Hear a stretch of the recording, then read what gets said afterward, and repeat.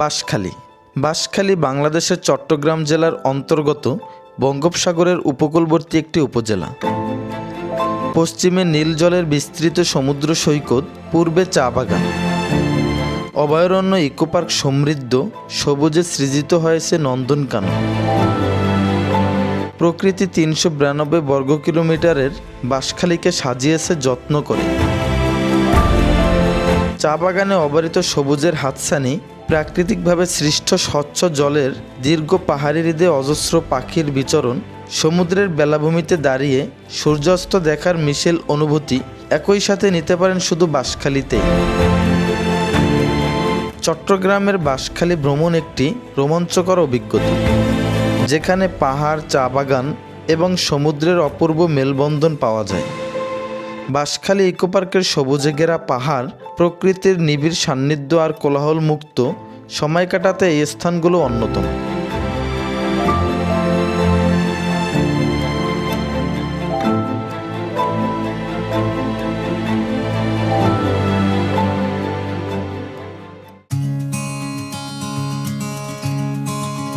আমাদের এবারের বাঁশখালী ভ্রমণ শুরু হতে যাচ্ছে ঢাকার সায়েদাবাদ এলাকা থেকে। এ যাত্রায় আমরা যাচ্ছি হানিফ পরিবহন একটি নন এসি বাসে করে। নন এসি বাসে ভাড়া পড়বে শ্রেণীভেদে জনপ্রতি ৬৫০ থেকে ৮০০ টাকা পর্যন্ত, আর এসি বাসে ভাড়া পড়বে শ্রেণীভেদে জনপ্রতি ১০০০ থেকে ২০০০ টাকা পর্যন্ত। বাঁশখালী যাওয়ার জন্য রাত ৯টায় আমাদের বাস যাত্রা শুরু হয় ঢাকা থেকে চট্টগ্রাম নতুন ব্রিজের উদ্দেশ্যে। তারপর চট্টগ্রাম নতুন ব্রিজ থেকে যেতে হবে বাঁশখালী চাঁদপুর বাজার।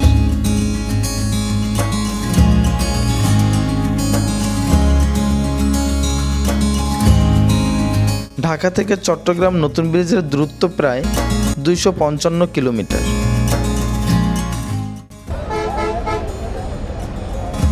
সকাল ৭টায় আমরা পৌঁছে যাই চট্টগ্রাম নতুন ব্রিজ। নতুন ব্রিজ থেকে বাঁশখালী যাওয়ার জন্য আপনারা সিএনজি অথবা লোকাল বাস পেয়ে যাবেন।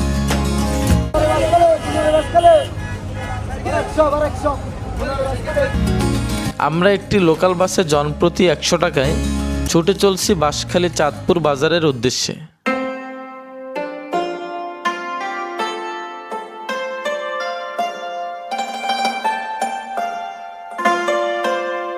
বাস সকাল ৭:৩০-এ ছাড়ার কথা থাকলেও ৩০ মিনিট দেরি করে ৮টায় শুরু হয় চট্টগ্রাম নতুন ব্রিজ থেকে আমাদের বাস যাত্রা।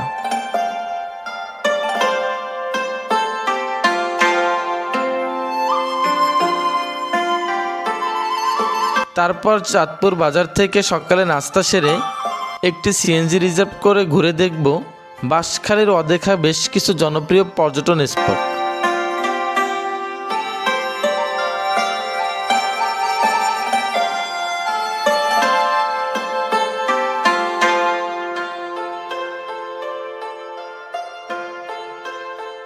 হ্যালো এভরিওয়ান, শুভ সকাল। তো এখন ঘড়িতে সময় সকাল ৯টা। আমরা অলরেডি এই বাঁশখালী চাঁদপুর বাজারে চলে আসছি। তো এখানে অসংখ্য পরিমাণে অটো আছে এবং সিএনজি আছে। তো আমরা সলিমা হোটেল থেকে জনপ্রতি ৫০ টাকায় সকালে নাস্তা সেরে নিয়েছি। এখন এখানে আমাদের একটা সিএনজি রিজার্ভ করেছি সারাদিনের জন্য। উনি ১৫০০ টাকা ভাড়া নিয়েছে, সারাদিন আমাদেরকে ঘুরে দেখাবে। আমরা এই চাঁদপুর বাজার থেকে এই সিএনজিটা রিজার্ভ করেছি আজকে সারাদিনের জন্য। উনি আমাদেরকে সারাদিন ঘুরে দেখাবে, এটার জন্য উনি রিজার্ভ নিয়েছে ১৫০০ টাকা। আমরা আজকে বাঁশখালীর ৪টা স্পট ঘুরে দেখব: বেলগাঁও চা বাগান, mini Kashmir, Banshkhali eco park এবং বাঁশখালী সমুদ্র সৈকত। আমরা এখন চলে যাচ্ছি বেলগাঁও চা বাগানের অপর সৌন্দর্য উপভোগ করার জন্য। বেলগাঁও চা বাগান বাংলাদেশের একটি সুন্দর ও জনপ্রিয় পর্যটন স্থান। প্রায় ৩,৪৭২ একর জায়গা জুড়ে বিস্তৃত বিশাল চা বাগান। চারদিকে সবুজ পাহাড়, চা গাছ আর প্রাকৃতিক সৌন্দর্যে ভরপুর। তো আমি এখন আছি বেলগাঁও চা বাগানে।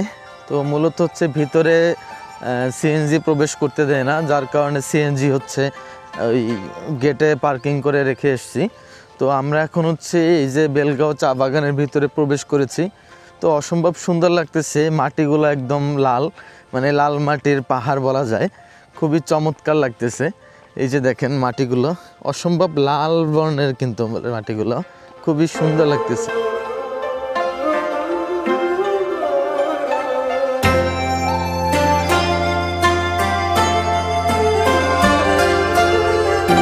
তো আমি এখন আছি বেলগাঁও চা বাগানের যে পাহাড়, মানে টিলার উপরে আছি। তো মূলত হচ্ছে এখানে যে চা বাগানের সিজন শেষ, চায়ের সিজন শেষ এখন, যার কারণে ওনারা গাছের মাথা দিয়ে আর কি গাছ কেটে ফেলতেছে, আবার নতুন করে চা পাতা গজাবে, যার কারণে হচ্ছে গাছ সম্পূর্ণ চা বাগানের যে গাছগুলো আছে সবগুলোই হচ্ছে কেটে ফেলতেছে।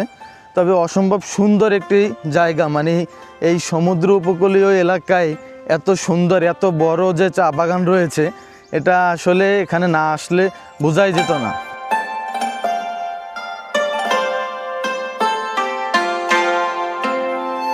আর হচ্ছে মূলত এখানে এখন শুকনোর সিজন, যার কারণে চা গাছগুলো বাঁচিয়ে রাখার জন্য কৃত্রিমভাবে এখানে একটা লেক তৈরি করতেছে এবং মাটির নিচ থেকে পানি এই লেকে দিচ্ছে। এই পানি দিয়েই হচ্ছে চা বাগানে পানি দিয়ে তারপর চা যে গাছগুলো এগুলো বাঁচিয়ে রাখবে।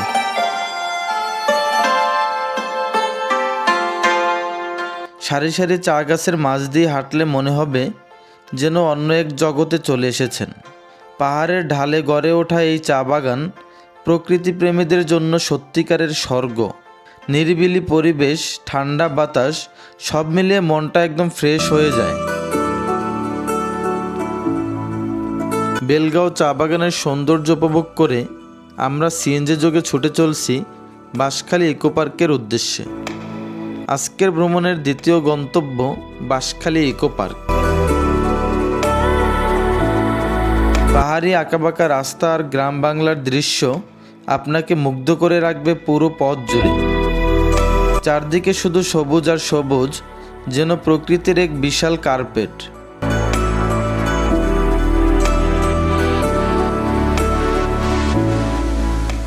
তো আমি এখন আছি বাঁশখালী ইকো পার্কের ভিতরে প্রবেশ করেছি। এখানে হচ্ছে জনপ্রতি 50 টাকা টিকিট মূল্য নিয়েছে, আর হচ্ছে 20 টাকা নিয়েছে আমাদের যে সিএনজি পার্কিং করা, পার্কিং ফি 20 টাকা। আর হচ্ছে গেট থেকে ঢোকার পরে এই যে এরকম একটা ম্যাপ দেখতে পাবেন। এই ম্যাপে এই ইকো পার্কের ভিতরে যা কিছু আছে সব কিছু মানে দেওয়া আছে এখানে আপনার জন্য। এই ম্যাপ দেখে যদি ঘোরাঘুরি করেন একটু মানে হ্যাসেল কম হবে, সহজেই ঘুরে দেখতে পারবেন। আমরা হচ্ছে এই যে গেট, এই গেট থেকে প্রবেশ করেছি। তো এখন হচ্ছে যাব ভিতরের দিকে।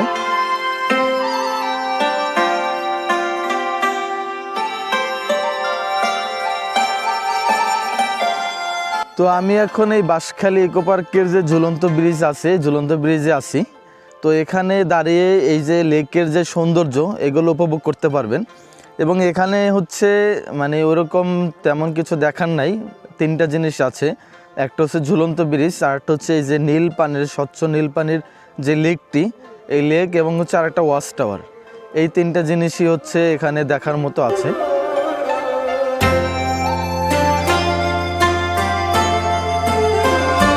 আমরা বাঁশখালী ইকো পার্কের সৌন্দর্য উপভোগ করে এখন বেরিয়ে যাচ্ছি। এখান থেকে আমাদের নেক্সট পরবর্তী গন্তব্য হচ্ছে মিনি কাশ্মীর। সো আমরা মিনি কাশ্মীর ঘুরে দেখব।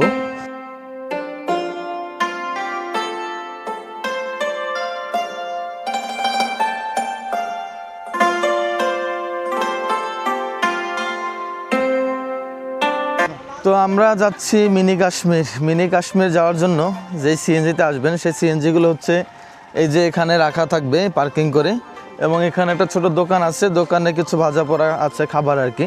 তো আপনারা চাইলে এখান থেকে খেয়ে নিতে পারেন। আর আমরা এই পথ ধরে চলে যাচ্ছি মিনি কাশ্মীর। এই যে আমাদের সাথে আরও কিছু পর্যটক আছে, ওনারাও যাচ্ছে হচ্ছে মিনি কাশ্মীরের অপার সৌন্দর্য উপভোগ করতে। তো যাচ্ছি মিনি কাশ্মীরের সৌন্দর্য দেখতে। এই হচ্ছে পথ, এই পথ ধরে যাচ্ছি। এই যে দেখেন সিম কত সুন্দর সিম হয়ে আছে, এবং সিমের যে ফুলগুলো অসম্ভব সুন্দর লাগতেছে। আর এই হচ্ছে আমাদের গাইড করে নিয়ে যাচ্ছে। তোমার নাম কি যেন? বাবু, ও হচ্ছে এখানকার স্থানীয় আর কি। তো আমাদেরকে গাইড করে নিয়ে যাচ্ছে সেই মিনি কাশ্মীর দেখাইতে।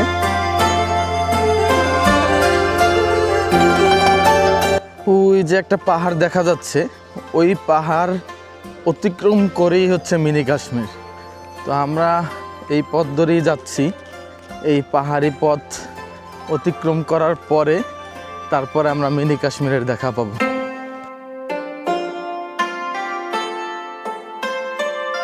শহরের ব্যস্ততা থেকে একটু দূরে প্রকৃতির কোলে লুকিয়ে আছে এই অপূর্ব জায়গাটি। সবুজে ঘেরা পাহাড়, বিস্তীর্ণ কৃষকের মাঠ আর শান্ত নির্জন পরিবেশ।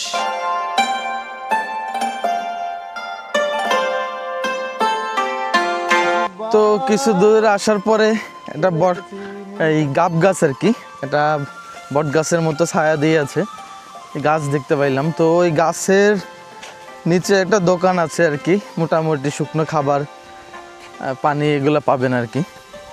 এই যে সৌন্দর্য, এগুলো আসলে বৃষ্টির দিনে একদম সবুজ হয়ে থাকে, মানে অসম্ভব সুন্দর লাগে। কিন্তু এখন আসলে বৃষ্টি না, শুকনোর সিজন, যার কারণে সবুজ যে আবরণটা এটা এখন খুব কম আর কি, গাছগুলো হচ্ছে পেকে যাচ্ছে আর কি।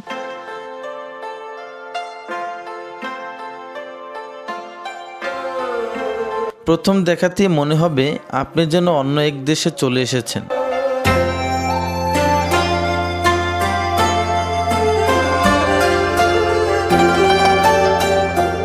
তো ফাইনালি মিনি কাশ্মীরের পাহাড়ে উঠতেছি। এই যে মানে অসম্ভব সুন্দর, আবার পাহাড়ে ওঠার যে একটা আনন্দ সেটা তো আছেই। আমি এখন মিনি কাশ্মীর,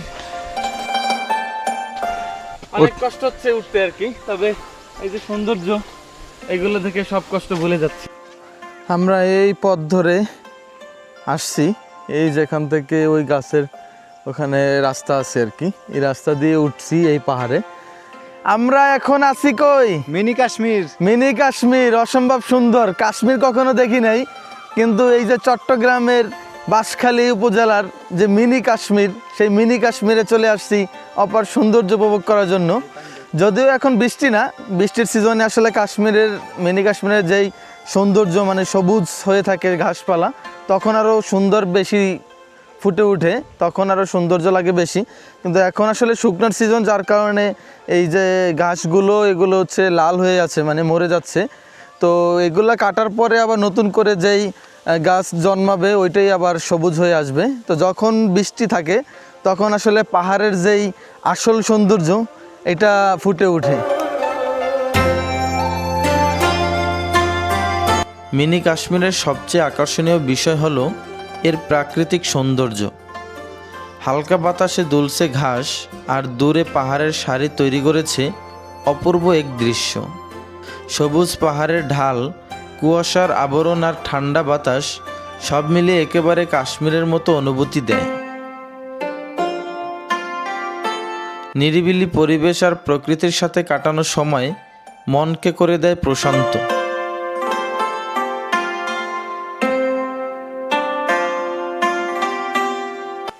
আমরা এই মিনি কাশ্মীরের সৌন্দর্য উপভোগ করলাম।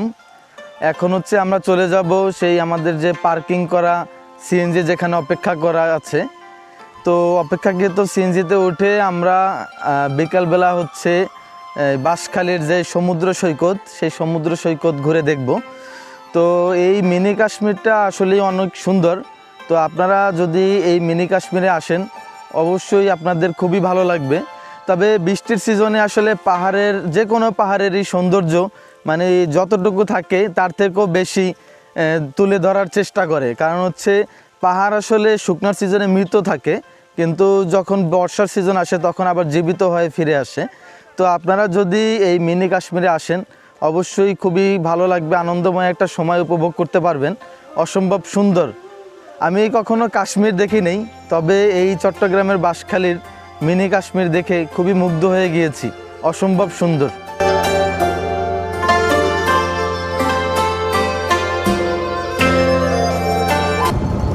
আমাদের আজকের বাঁশখালী ভ্রমণের সর্বশেষ গন্তব্য বাঁশখালী সমুদ্র সৈকত।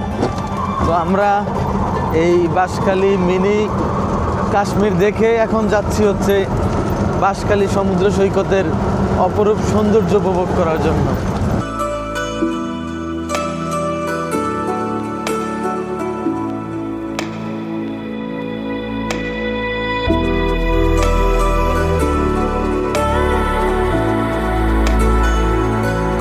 তো ফাইনালি আমি চলে আসছি বাঁশখালী সমুদ্র সৈকত। এটা হচ্ছে বাংলাদেশের দ্বিতীয়তম 37 কিলোমিটার দৈর্ঘ্যের সমুদ্র সৈকত।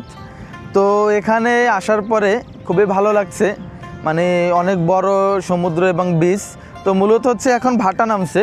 তো আমি যখন আসছিলাম তখন হচ্ছে জোয়ার ছিল কিছুটা, মানে জোয়ার বলতে পানি কিছুটা পাওয়া গেছিল। তো এখন ভাটা নামছে যার কারণে পানি অনেক ভিতরে চলে গেছে। তো আসলে জোয়ার যখন হয় তখন এই যে এই দেওয়া ব্লকগুলো দেওয়া একদম এই পর্যন্ত ঢেউ আশ্রে পড়ে। তো আপনারা যখন আসবেন, যদি জোয়ারের সময় আসেন, তখন সমুদ্রটা একদম উপর থেকেই উপভোগ করতে পারবেন। আর এই যে দেখেন এখন সমুদ্রের পানি অনেক ভিতরে চলে গেছে। আর এদিকটাতে এই যে সূর্য অস্ত যাচ্ছে, অসম্ভব সুন্দর লাগতেছে এখান থেকে। আর এই যে গাংচিল আছে, ওরা হচ্ছে খাবারের জন্য মানে এই যে উড়ে বেড়াচ্ছে, খুবই চমৎকার লাগতেছে, খুবই মানে অসম্ভব সুন্দর।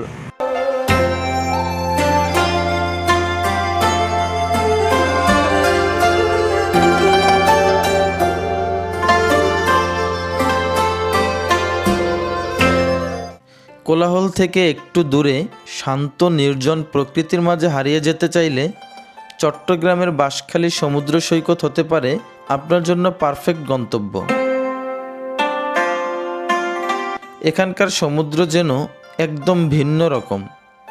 ঢেউগুলো ধীরে ধীরে এসে ছুঁয়ে যায় পায়ের পাতা আর রেখে যায় এক অদ্ভুত প্রশান্তি। এই সৈকতের সবচেয়ে বড় আকর্ষণ নির্জনতা আর প্রাকৃতিক সৌন্দর্য।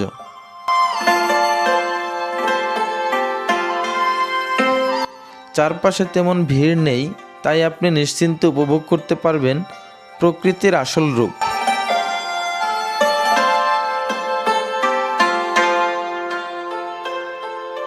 সূর্যোদয় কিংবা সূর্যাস্ত দুটো সময়ই বাঁশখালী সমুদ্র সৈকত হয়ে ওঠে এক স্বপ্নের জায়গা।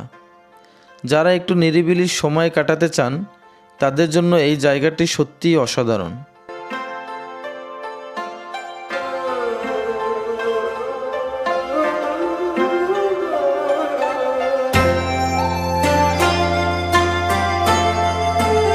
ভিডিওটি ভালো লাগলে লাইক, কমেন্ট আর শেয়ার করতে ভুলবেন না। এমন আরও সুন্দর জায়গার ভিডিও পেতে সাবস্ক্রাইব করুন আমার চ্যানেলটি।